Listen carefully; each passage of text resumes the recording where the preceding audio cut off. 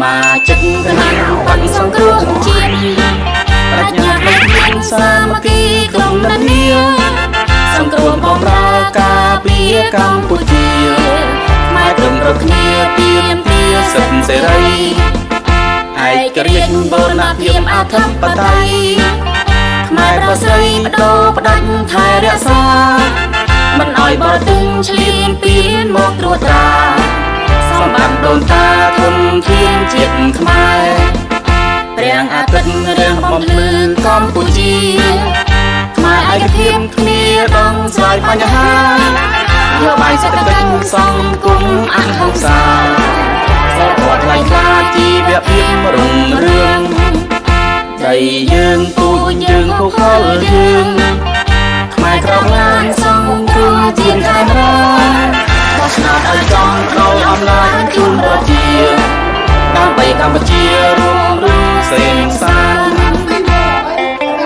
chơi vô tôi nặng phải sông cô chiên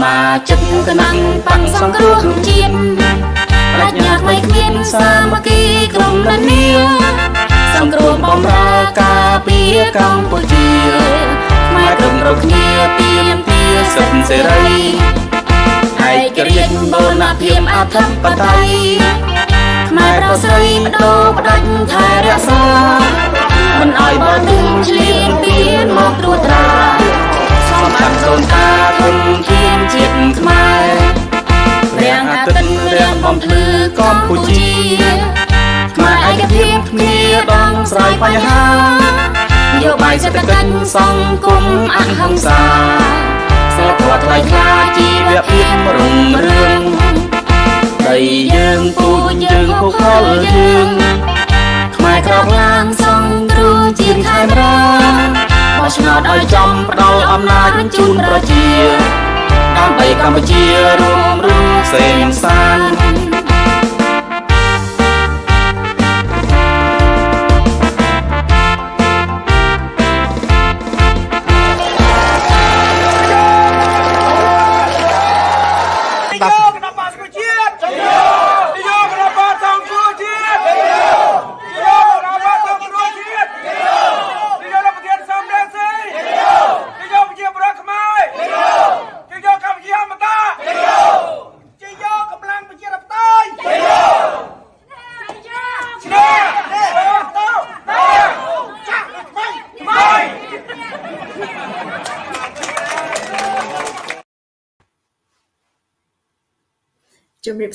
and hello, thank you for joining our show. This is Khmer Youth Voices for Justice. This show is under CNRP America live show. Again, welcome to the show. My name is Linda Wu. I am broadcasting live in California. So I hope you have a good evening so far. Wherever you at, I hope you have good morning as well. Today, February 14, 2023.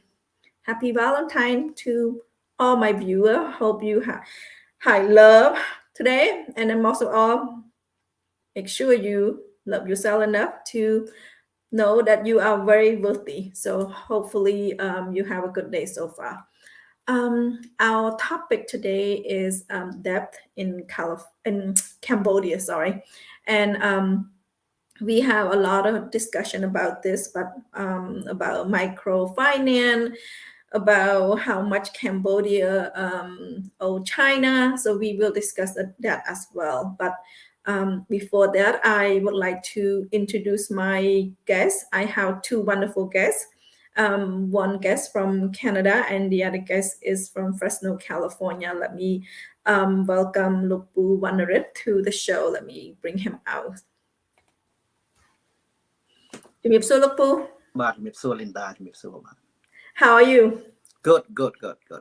You are almost spring in. now. You almost spring. How I still see a lot of snow in the Yeah, picture. it's still snow, but at least the temperature it is 3-4 degrees Celsius. It is about, let's say, 45 Fahrenheit, but it's good for us. Good. Look, Boo in Montreal, California. Montreal, Canada. Correct. Yes. There's too many C in my Cambodia, California, Canada. So sorry about that. Look, Boo also speaks French. Yeah. Look, Boo is very busy. He on the Khmer program for the last 2 days, and now he's in English. And if anybody would like to host a French program, I am sure Look Boo will join your show as well. So unfortunately, I do not speak French. So if anybody want to give a chance to host the show in French, let me know. We have a available slot, and Look Boo is one of the guests that able to communicate in French. So thank you, Look Boo, for giving up your time for also not just my show, also in the Khmer language show as well. Thank you. You're welcome. My second guest, let me bring her out. She is Sita Arunson. She is from Fresno, California. ជំរាបសួរបង ជំរាបសួរ Linda សុខសប្បាយ How are you? Good. I'm good, Bong. Thank you for giving up your time. Thank you for being here. I know you are very busy. How's Valentine's Day at your house today? As usual. Nothing different. But I'm glad that all my kids stay home today. They didn't go out and hang out somewhere. Did they get anything for you? They're cooking. That's important. Oh, good. They're cooking right now. Oh, good. So after the show, you will have a nice dinner. Yeah. Something to look forward to. Again, thank you, Wong, for being here. Let me bring Lupu back out. Okay, let's talk about the hottest topic for this week, I believe. The hottest topic would be VOD shut down by Hun Sen. And I'm sure Lupu have heard, and I'm sure Bong Sita have heard as well. And it's all over the world. So Hun Sen have put Cambodia into the map. I have a video. Let watch the video.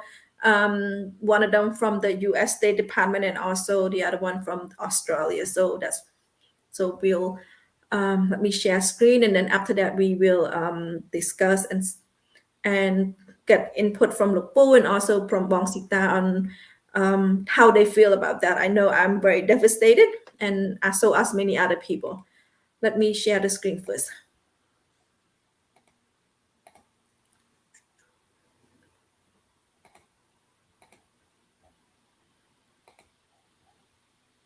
Next, we are deeply concerned by the Cambodian government's abrupt decision to revoke Voice of Democracy's media license.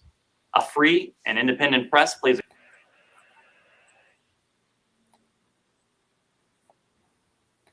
I want to make sure you can hear. Were you able to hear? Yes. Oh, okay. Let me see. Let me play one more time.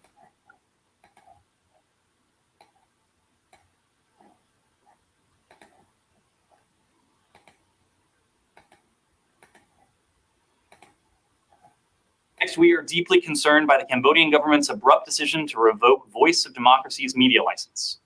A free and independent press plays a critical role in functioning democracies, providing the public and decision makers with facts and holding governments to account. The decision is particularly troubling due to the chilling impact it will have on freedom of expression and on access to information ahead of the national elections in July. For more than 20 years, VOD has provided objective, fact-based reporting on issues that serve the interests of the Cambodian people. We urge Cambodian authorities to reverse this decision. Unfortunately, it shut down on Monday. We also have a statement from the U.S. Embassy in Phnom Penh. So they said, let me see, let me put it on screen. Let me share them so you can read with me.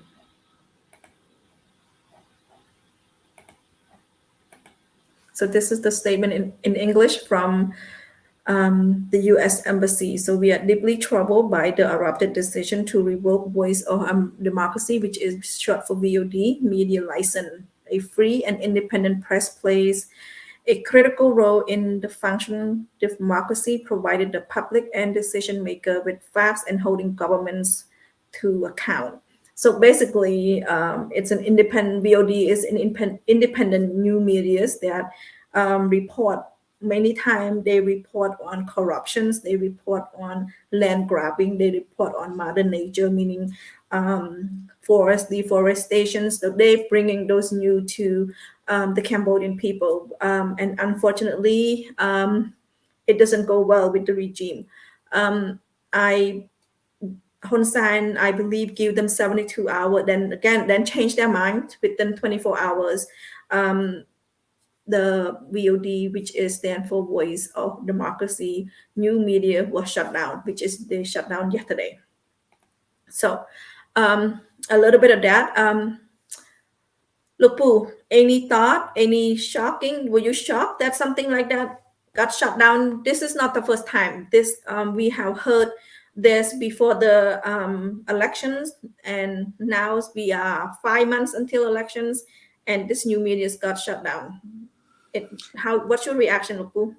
Okay, thank you very much, Linda. Yeah, first of all, I believe it's not just only me, everybody around the world, or either Khmer origin, or even other nation, or shocked, very shocked, because he do the same thing in like 2017, 2018, after closing the CNRP party, and after that they closed many independent newspaper. But as he said, as this gentleman said, since 20 years this newspaper exists, and in fact it's up to now, right now, in fact, before close the VOD, only 3 independent newspapers still alive. It's VOA, OFA. In fact, OFA it just outside of the country, but can still put on the radio, But most of people or work outside the country, and OFA and VOA. So I believe let's talk the story short now, because the problem is one of the lady working with VOD talking something touching the Hun Manet, son of Hun Sen, as everybody know that Hun Manet is next candidate prime minister, so nobody can touch him. And also, in fact, nobody here can touch Hun Sen neither, but is for Hun Sen is a next star, for the country. So that why said something touching on his son, and he forced to close. But what she said is not thing new and not thing surprise everybody, because Mr. Paisipan is spokesperson of the government already said about that, of the signature of the donation to Turkish government relating to the earthquake, $100,000, and he signed the paper instead of vice prime minister called Saw King. Normally when Hun Sen is not available, suppose Saw King to sign this kind of emergency budget, and emergency expense. But now because Paisipan already give the speech to a journalist, said that already, and when the journalist said the same thing as Paisipan spokesperson, governor spokesperson, he just blame it. It's just the reason to blame to shut down. As we know, and I believe in 5 months and a half, the election coming, so they try to shut down all the independent newspaper. And as you said, Linda, this newspaper, in fact, digital media, we can call digital media because most of them are published in digital media, So they report a lot lot of land grabbing activity, about corruption, about deforestation, about Nagawal conflict of the union. You know, they talk, and in fact, recently, the most recent one they talk about the fence that on the land of near the sea, you know, talking about that, and that is not happy at all, because nobody can build the fence just 10 meters from the sea of one of the owner of the castle. I call castle because it's very, very big house, and after that after criticize of all the people, so they decide to remove that fence. That the big fence is really in brick, you know, so I believe they are not happy. Arunson not happy, so that's why they close up, because he had the power, so he can do anything, especially before election like that, you know. So it's very sad. Yes, I agree, Lupu. It's very shocking and it's very sad that independent news media that been reporting in Cambodia for the last 20 years got shut down, I believe, less than 24 hours. And also, if our audience would be asking, why can't they operate online? Why most people, the thing is, since it's shut down since Monday, the regime blocked the internet access to both the Khmer and the English version of their Facebook. So you go online, try to read news from VOD. If you are in Cambodia, you will not able to see it because the government filter it and block access to it. How about you, Bong? How do you feel? Nothing news, actually, but I won't say shock because it's expected of Hun Sen propaganda. He done that in the past, like Lupu said it earlier.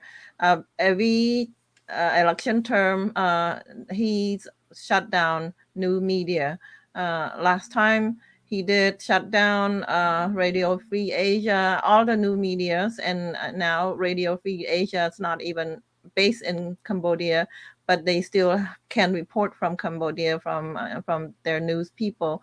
But yeah, it's just a politic game.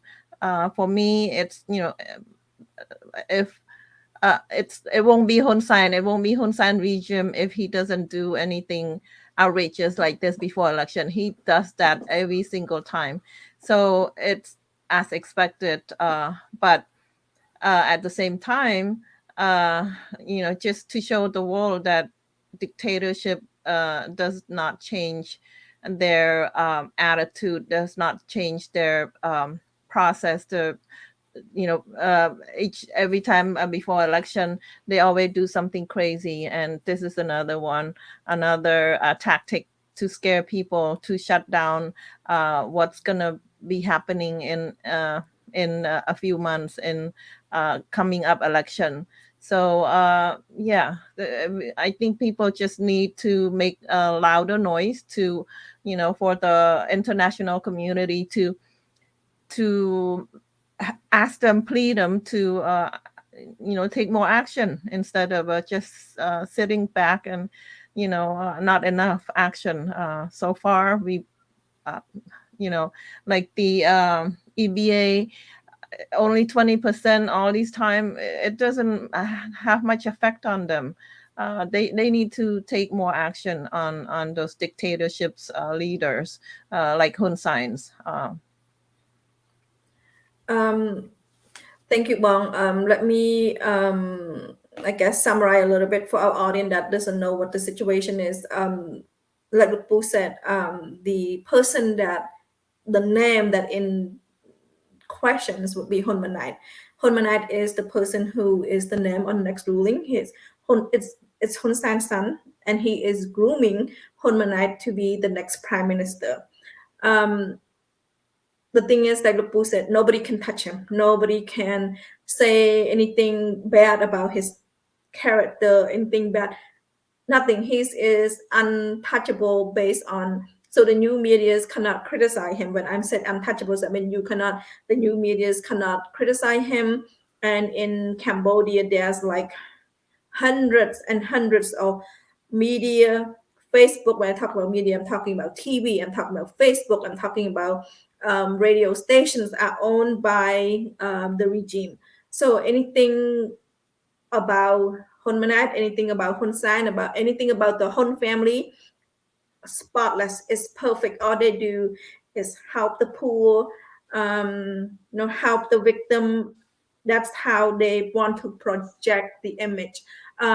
Because Hun Manet is grooming to be the next prime minister, the image that they want to project is he is there for the people. He is strong. He's at the same time on this controversial issue about his name, that he signed the check to help, the donation check to help the earthquake in Turkey and Syria.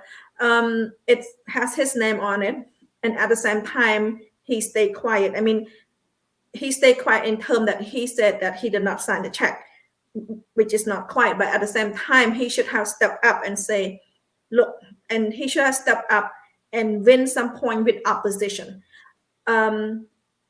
He could just say, step up and say, you know what, apology accepted. I'm a good person and I know who I am, clean up and let the new media continue on. But they didn't do that. Would you be happy if Hun Manet step up and say, you know what, and try to win some point? I'm not sure how to use it in America, in Canada. When something bad situation, a person would step up and make the situation to their favor. Hun Manet should have stepped up and win some point with opposition. What do you think, Lukpu? I believe it's not just me. In fact, there's something I want to say, but it's not just me say that. And many people, either inside the country, outside the country, many media say the same thing. It means the whole power, the entire power is Hun Sen.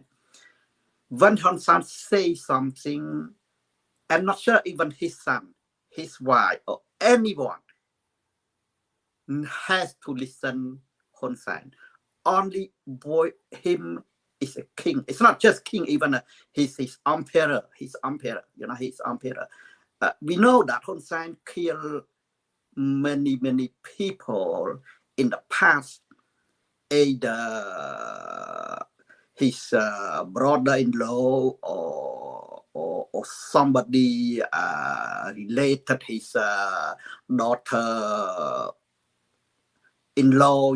anything, anyone. If he don't like it, he can execute anytime. For sure, he will not kill his son.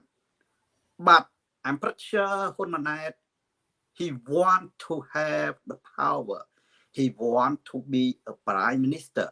If he says something, not repeat exactly what his father say, maybe the next prime minister will be not Hun Manet, maybe Hun Mana or Hun Mani, Hun Man, whatever, because he has 3 sons, and 1 daughter, and 2 daughters, 3 sons, 2 daughters.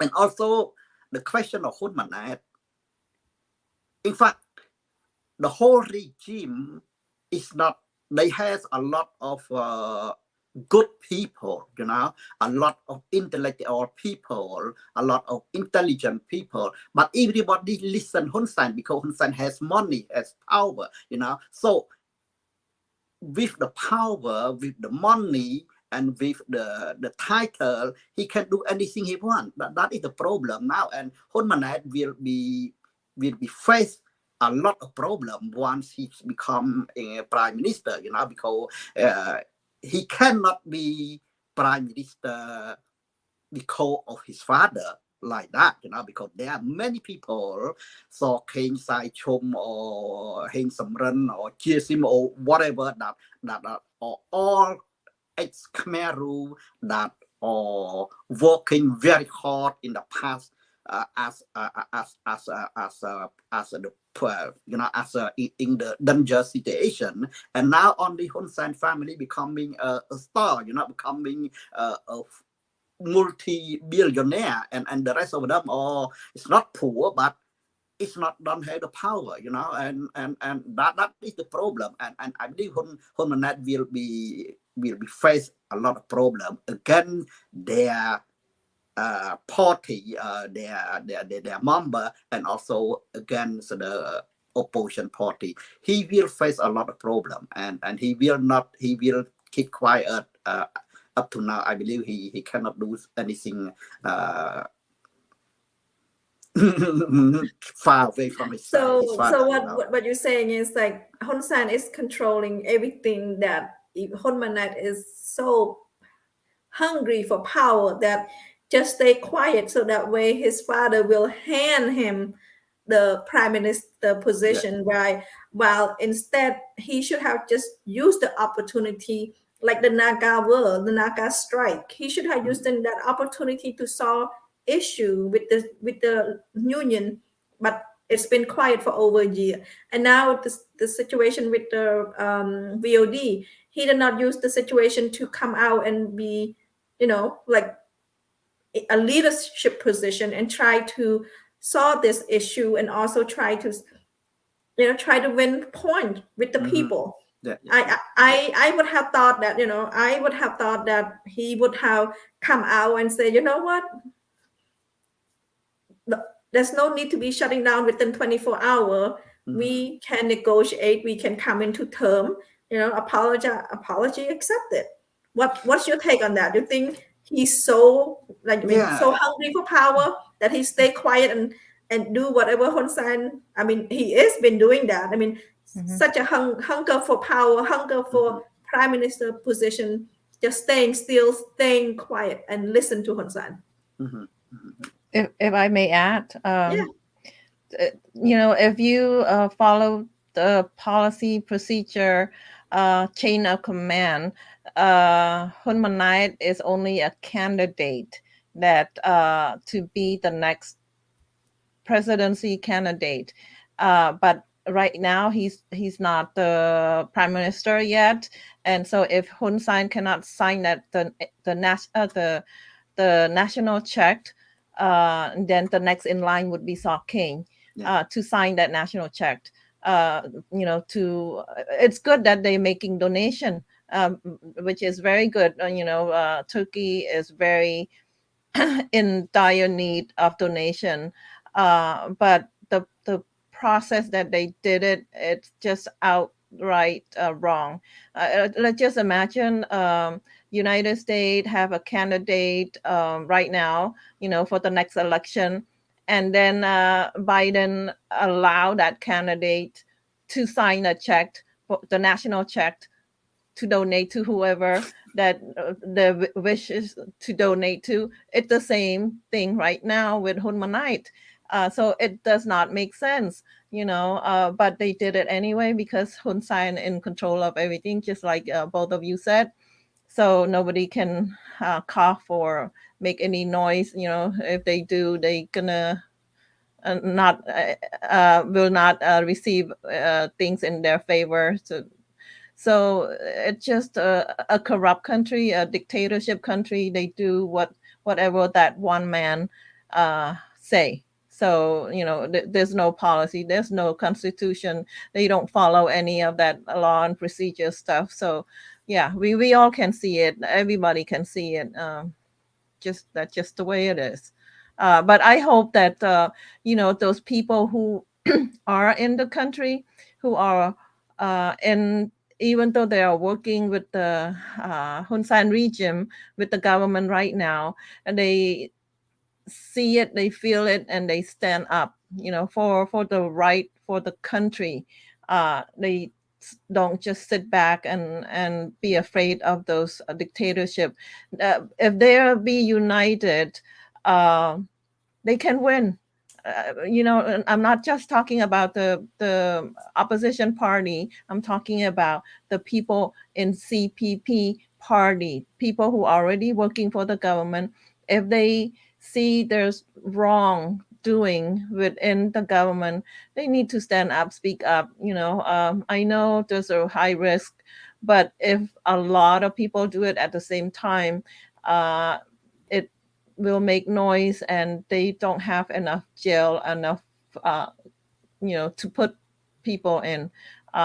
So I'm pleading for people within the CPP to wake up before I think it's too late. Yeah, they have other candidate that we've been talking about that better than Hun Manait and Hun Sen.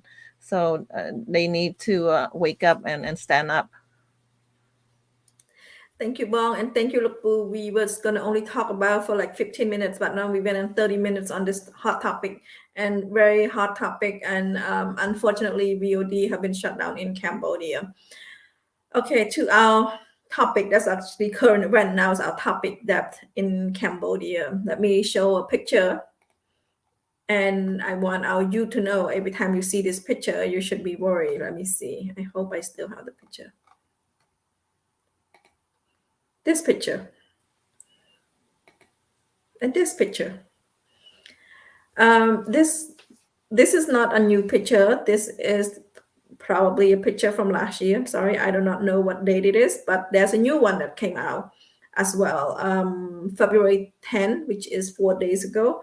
Hun Sen and his two sons and many other people, but basically Hun Sen and his two sons visited China and visit China to sign new agreement, asking for support, signing ceremony. According to Radio Free Asia, they have a 12 agreements with China on Friday during the trip. This time, he's not only taking one son, he's taking two sons. I do not have a picture of the other son. First of all, beside the topic, you think that's a conflict between Hun Sen picking who the next prime minister between his two sons? Because this, many times before you only see this picture, but now there's another son come into the picture, go shook hand with China. You think there's a power struggle between the two sons for Hun Manat Lupu, Hun Manat and his brother? Yeah, I believe that to show also these two sons. If one does not follow him, I will take another one. Maybe it kind of symbol, it kind of symbol. But it's not the first time that Hun Sen bring his son or even his what called the granddaughter, granddaughter, the daughter of Hun Mana to UN. I believe last year when they have the UN big meeting in New York, and he brought the granddaughter, I believe maybe 17 years old, to set up beside him in the first row, and all other minister in the second row. Who, I'm sorry that the word that I said, who the hell he can do that? You cannot do that. Her granddaughter doesn't know anything, doesn't have any role in government. Why the other high-ranking the people sat on the second row? That for me, it just doesn't make sense. That's how Hun Sen take the whole country as his country, and again with his son, he go to Vietnam, he go to other country. He just, I don't know. He proud to be a dictator. He proud to be in the power almost 40 years. He said that nobody can do that. He can do that. He's proud to be speaking a very bad language in the public. He's proud to be like that, and it, for me, it no sense. Anyway, that I can talk a lot, but it so our youth should be worried when Hun Sen and his family visiting China, because it's not just visiting China, it's there for support, asking for support, meaning financial support, borrowing money. So this time is, asking money that basically agreement to cover.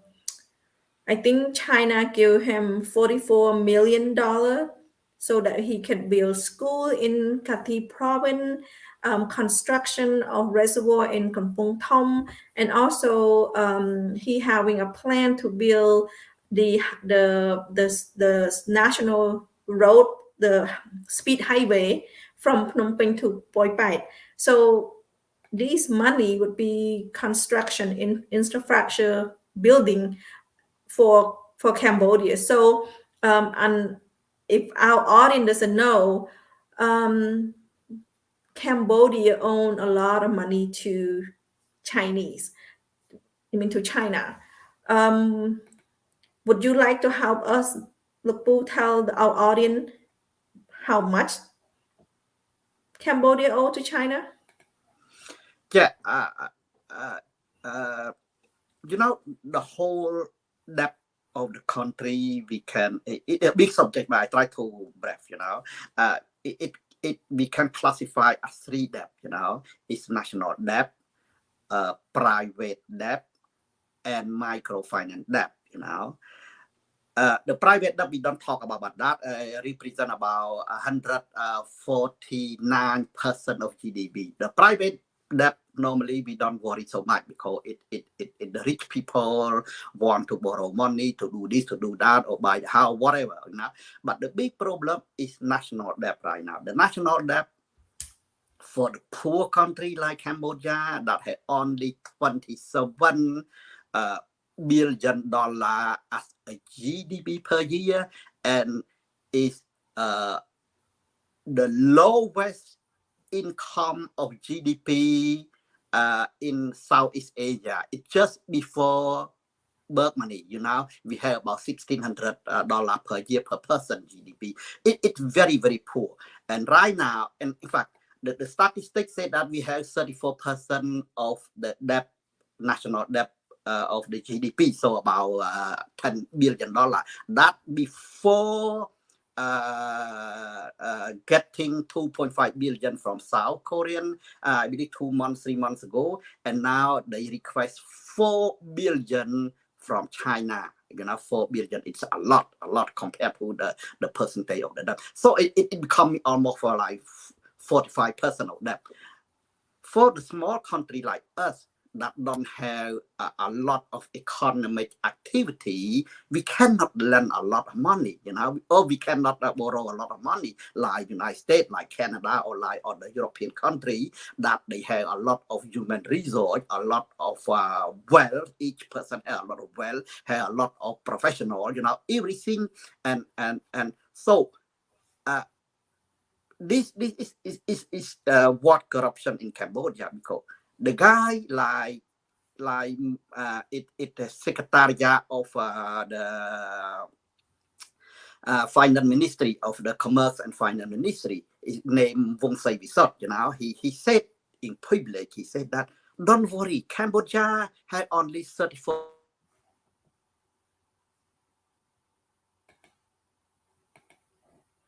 Were you able to, I think, Lupu Fro? Yeah, I think so.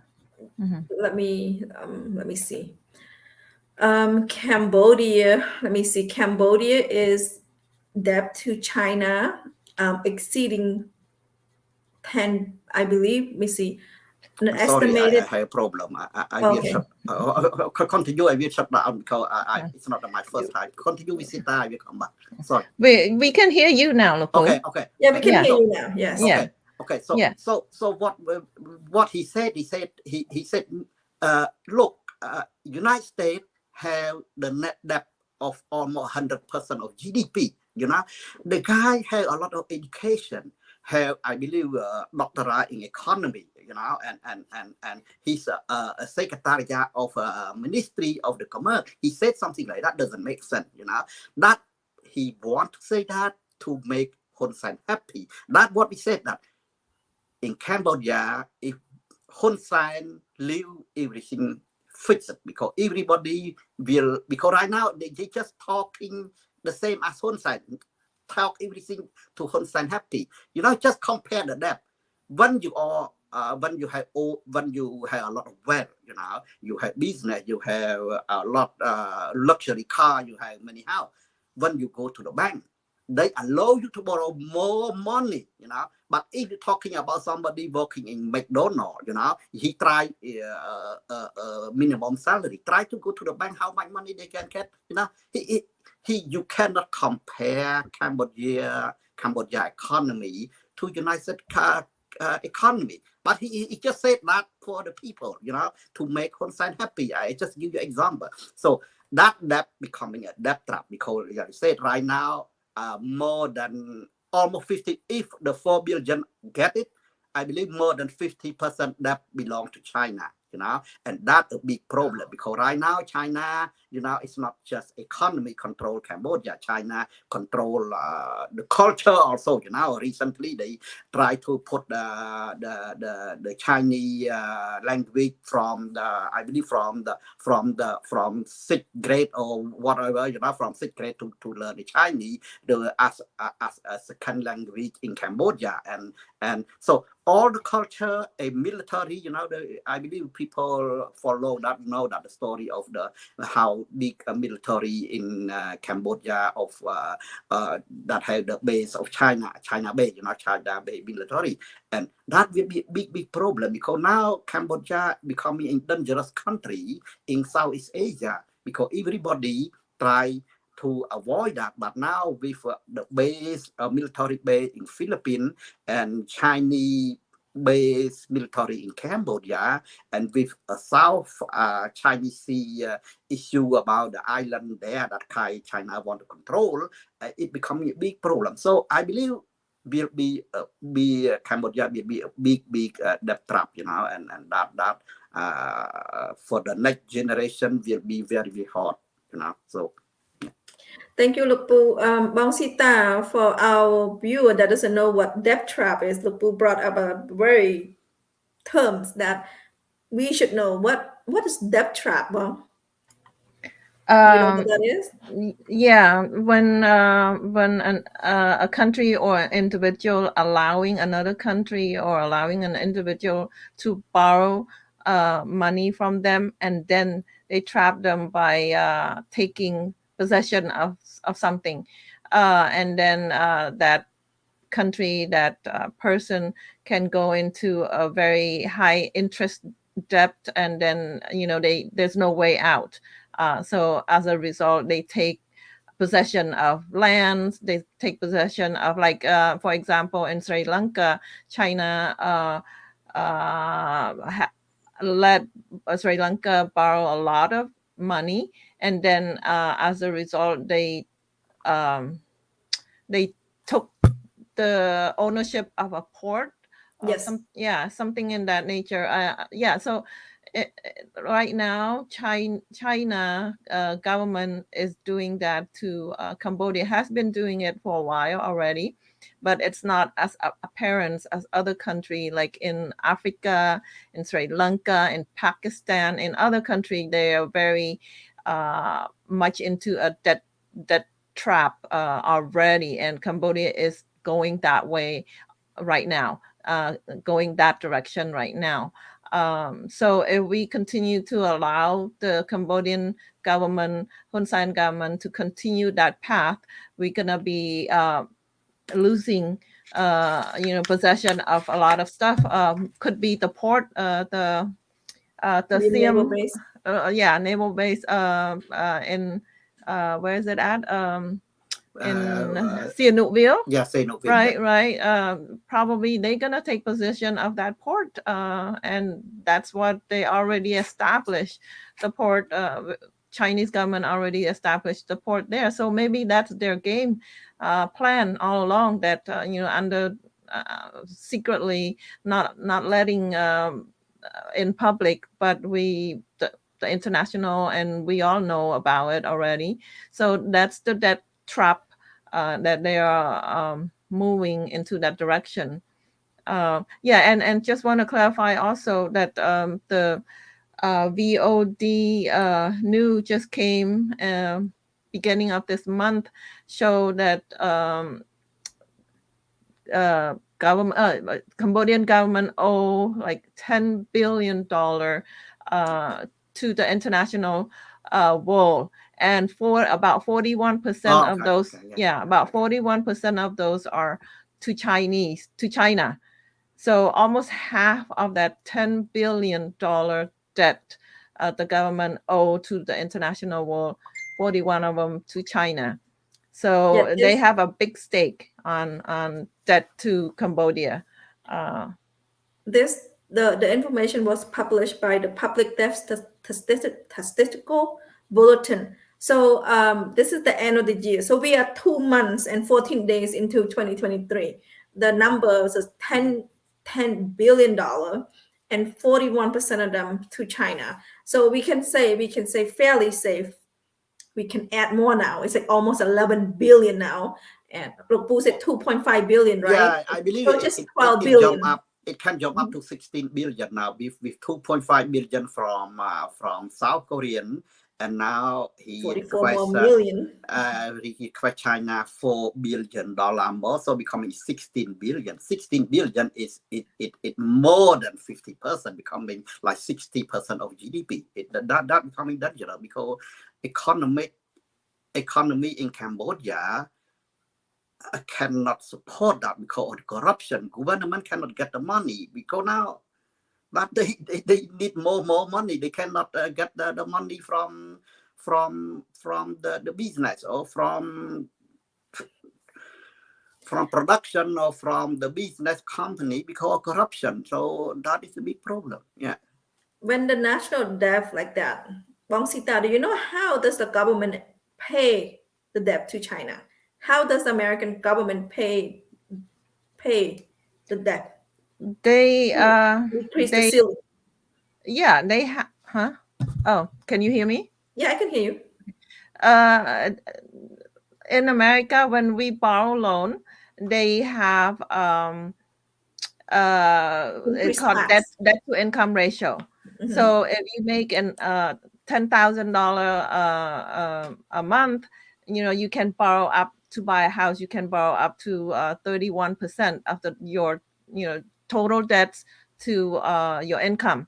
But in Cambodia, the income are very low, and then people allowed to borrow so much loan. That's we're talking about micro that going to, but the national debt should be the same. Should all levels should be the same. They have to be able to have a certain amount of debt to income ratio in order to to pay back. Otherwise, gonna fall into the debt trap. You cannot pay. They're gonna take something from you. They're gonna repossess the loan, the car, whatever. And as a country, they're gonna take possess of the port. They're gonna take possess of land, island somewhere.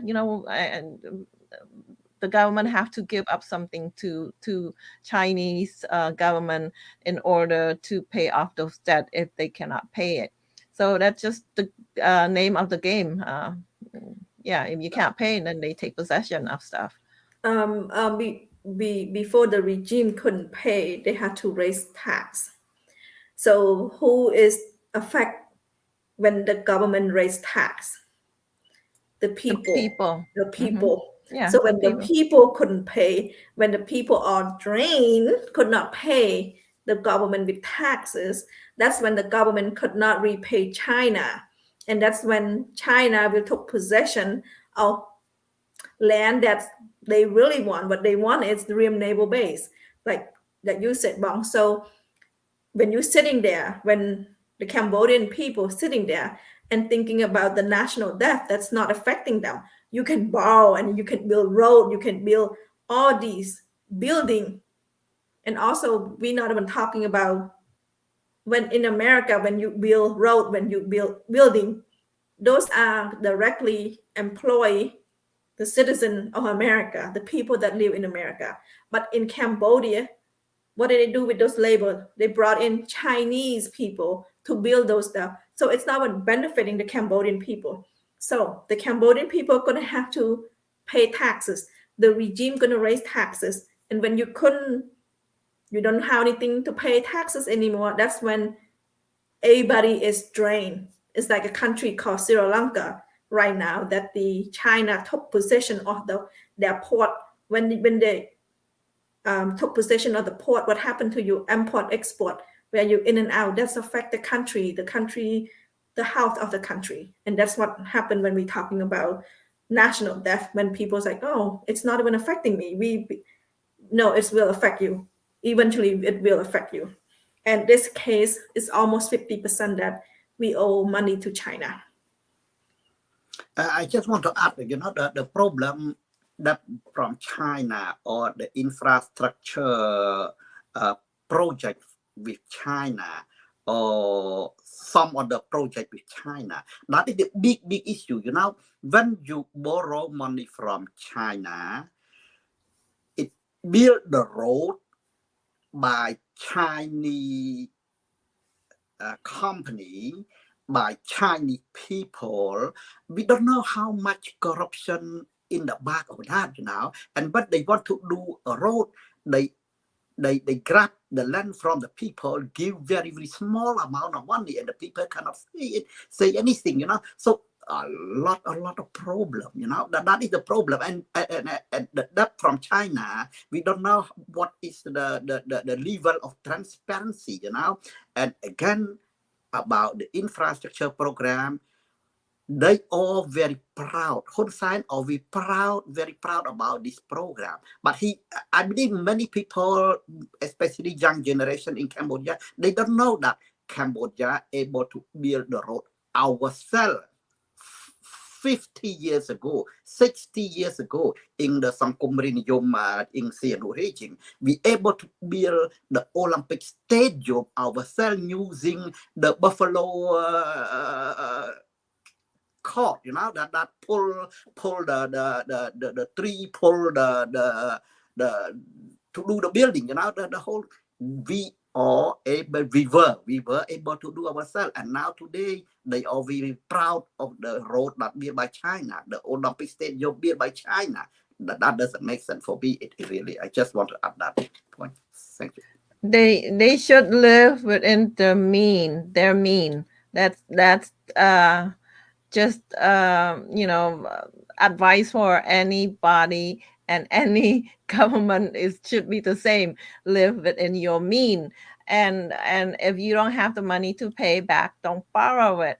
That just make sense. You don't have to go to school for that.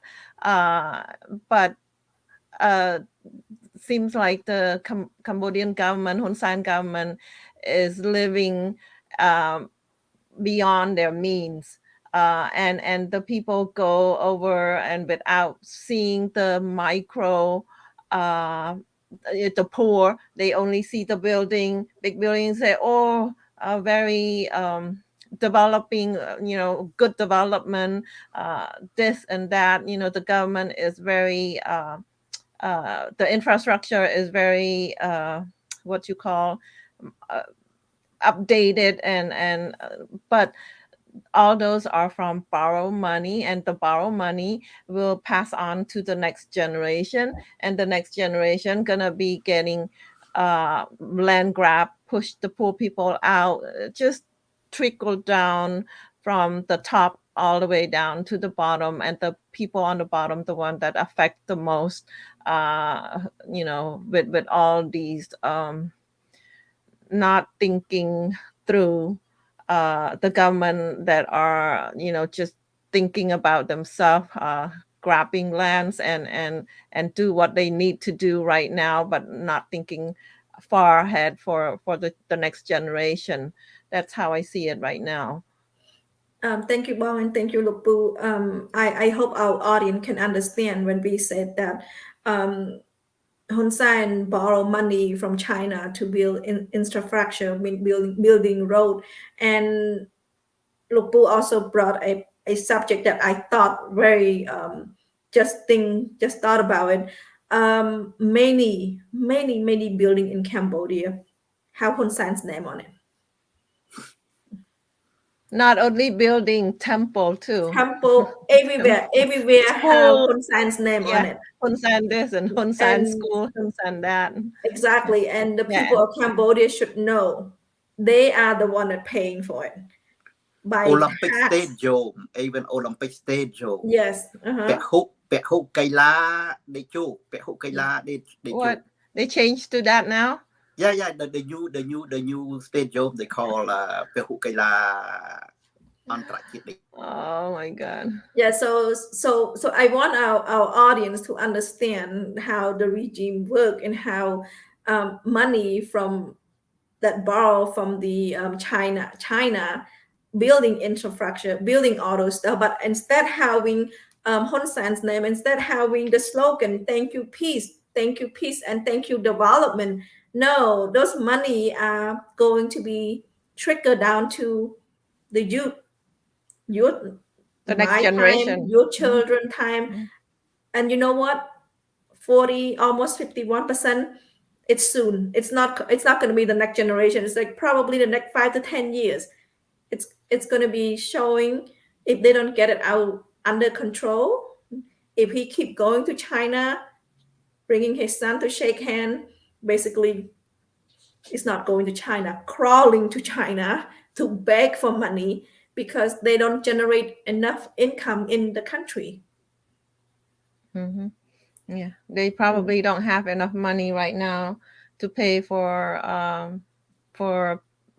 military, for staff, or so they shaking teacher, Chinese, for teacher, for all the government worker. Probably that's why both of their Hun Sen children shaking. Shaking recently they distribute a lot of call ban krai call the poverty ticket, poverty card. Poverty card, okay, can say poverty card. They distribute a lot of to a lot of people, rich or poor, they can get that, where they can get that money. It merely money from borrowing, borrowing from outside international, that they take that money to give the people to get the election, to get the vote, to buy the vote. And right now, I talked with somebody in really a rural region. They said that they give everybody, rich or poor, they give. As long as you are CNRP. It really sounds very crazy, but that's what Hun Sen does, and really. They only give to people who's in the CPP party. They don't give the real poor, and even the CPP party who are not poor, they give it to them to buy their tickets to vote for them to get a vote, for next coming election. So this that money used for used to family, used to bribe people. We have different sector. We have microfinance sector that we haven't touched base yet. So Puth and Sita are going to have to come back and touch base on that. But right now, this show can only touch base on national debt right now. And Bong and Puth said it exactly. Who's going to be end up paying it, and why is it? We need to tell our audience why is it Hun Sen have his name on all these building, temple, school, anything, road, tree, if they would have tree left. And the people of Cambodia is end up paying for it by first they're gonna pay by raising tax, losing their land, losing their house. If you even have money to even afford to buy cars, a lot of tax, import tax that the regime put on, and everything for general pay people, but for their family, for the high ranking people, they may don't need to pay the car tax, because the car tax like 100% car tax, but they don't need to pay that, so.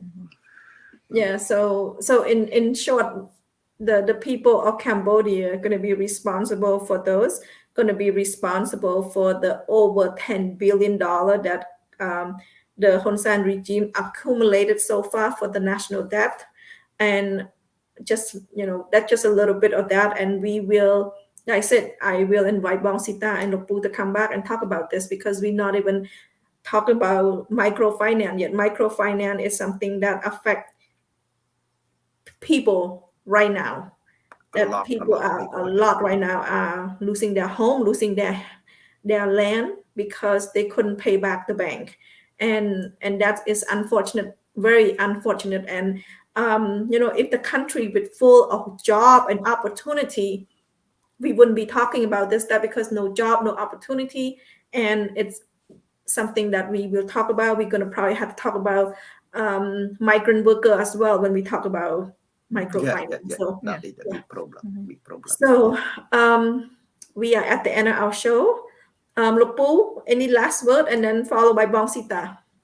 Yeah, I try to be short. I said that I believe if Hun Sen family continue to the next 5 years, I believe Cambodia, it's not just a politics or it's not just economy, even society.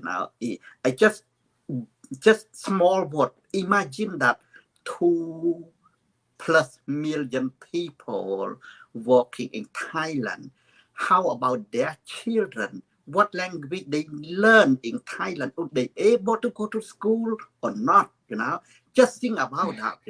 And what is the small children that live with grandparents? So the big problem. If we continue with Mr. Hun Sen, I believe the next 5 years, 10 years, Cambodia will be disappear.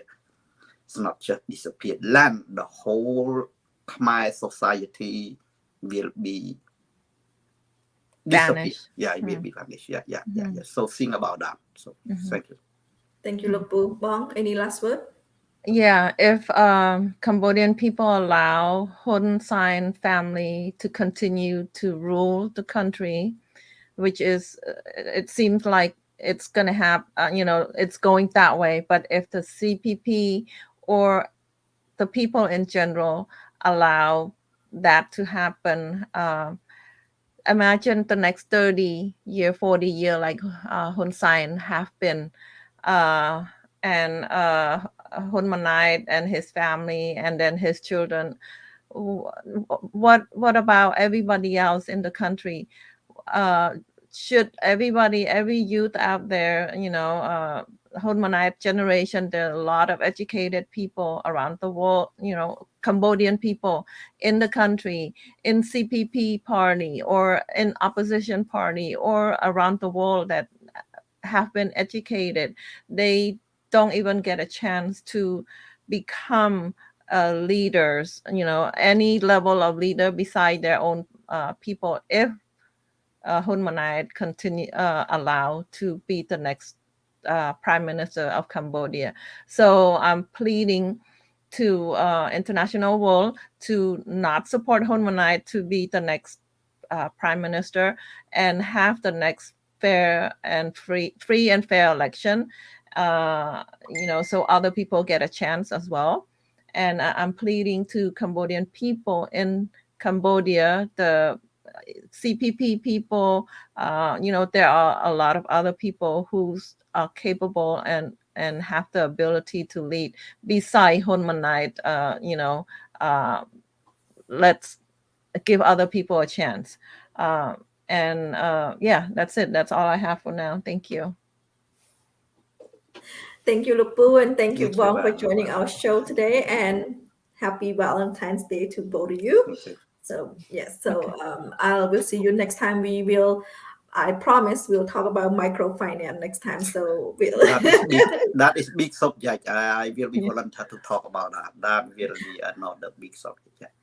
Thank you, Lok Pu, and I hope you have a good evening. Well, I hope you have a good evening. Thank you, both of you. Hopefully your kid cook a yummy food for your Valentine's Day. I can smell it already right now. That's good. That's good. Yeah. Yeah. Thank you. Thank you both guests. Thank